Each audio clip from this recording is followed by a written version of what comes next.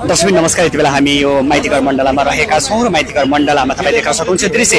यति बेला doctor Nicholas भुसाललाई प्रहरीले पक्राउ गरिसकेको छ र भुसालले आज आह्वान गर्दै सम्पूर्ण युवाहरूलाई आह्वान गर्दै यहाँ आन्दोलनको घोषणा गर्नुभएको थियो, शान्तिपूर्ण आन्दोलनको घोषणा गर्नुभएको थियो। तथापि उहाँले यहाँ स्थान नलिएको, अनुमति नलिएको भन्दै प्रहरीले उहाँलाई पक्राउ गरिसकेको छ र यति बेला हामी देख्न सक्छौँ दर्शकबिन उहाँलाई पक्राउ गरेर प्रहरीको भ्यानमा पनि हालिसकेको छ र उहाँलाई यहाँबाट अगाडि बढाउन गइराखेको छ दृश्य तपाईँलाई हामी यहाँबाट देखाइराखेका छौँ। अत्यन्तै बाक्लो उपस्थितिमा यहाँ प्रहरीलाई तैनात गरिएको छ।